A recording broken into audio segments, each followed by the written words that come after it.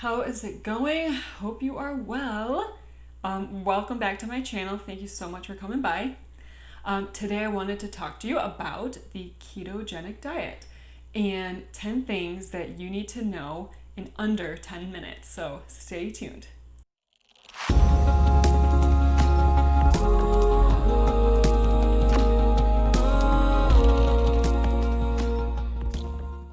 So first things first, this particular diet is characterized by being low carbohydrate, moderate protein, and high fat. And the idea is that you reduce your carbohydrate intake by 50 grams per day or less. Carbohydrates then are no longer your body's primary fuel source, so your body then converts to using fat as fuel. And this actually occurs during starvation. So something to think about. So after about 3 to 4 days, your body enters a state of ketosis where the fat is converted into ketone bodies. These ketone bodies are used as a fuel source for your brain, your heart, and muscle tissue. So the second thing that you should know is that obviously this diet is a fad diet. It's very popular. And the reason it's popular is because it is believed to help with weight loss.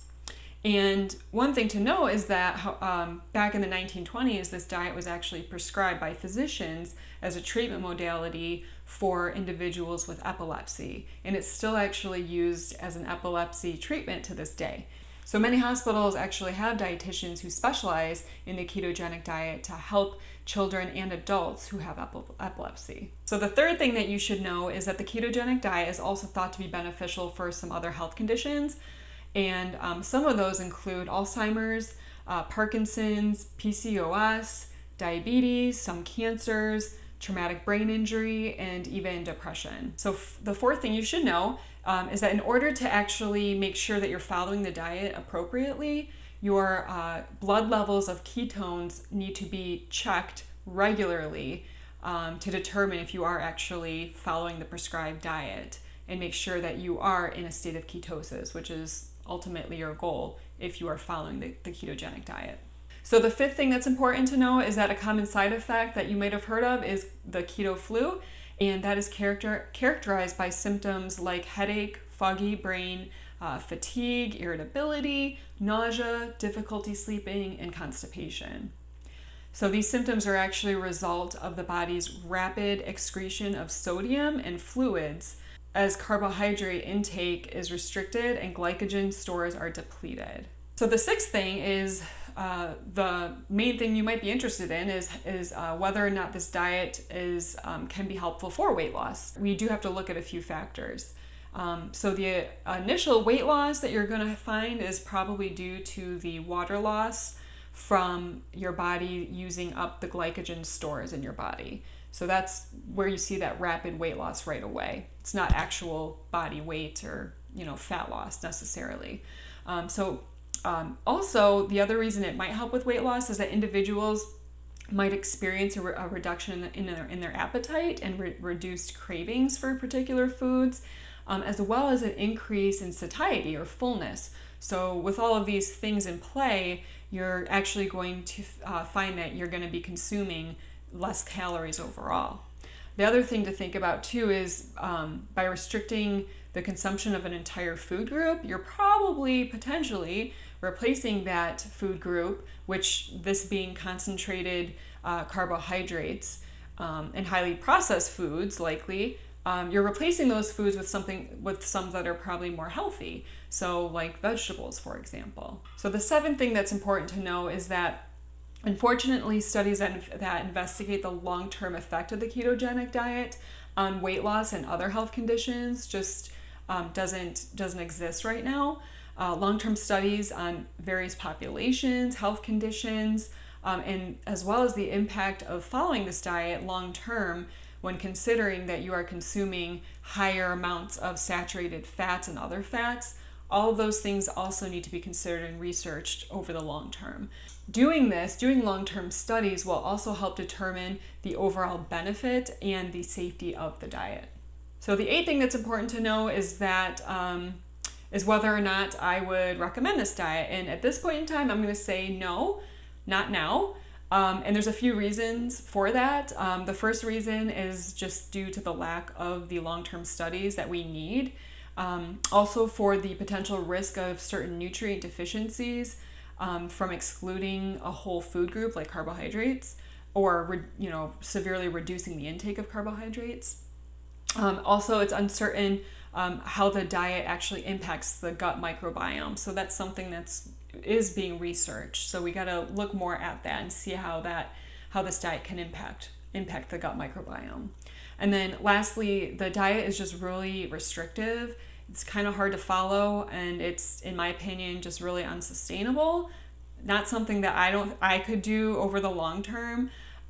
So yeah, that being said, it's just really hard to do, I think, for people. There are people out there that certainly could follow this particular diet, but generally it's just not easy to follow, and it's really not, it's just not a pleasant diet, in my opinion. You really restrict your what you're able to eat. So that can kind of lead, be unpleasant, I would think, and just bring the joy out of eating, really. So the ninth thing is what my recommendation would be. And in general, to cut it short, just focus on a balanced diet. Of course, eating a variety of foods from all different food groups is important. Eating whole foods and foods that are less processed would be great. And then if I had to prescribe any particular diet, I definitely would prescribe or recommend the Mediterranean diet or Mediterranean style diet.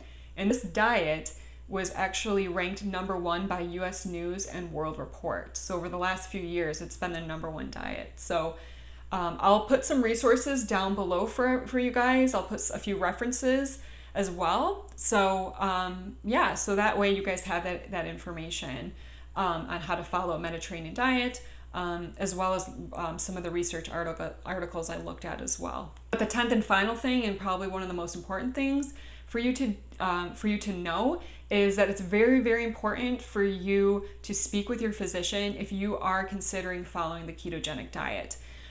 Please do that.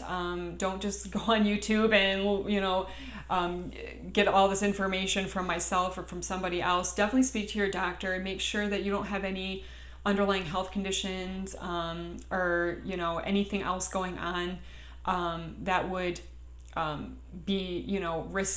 put you at risk for anything serious if you were to follow this diet.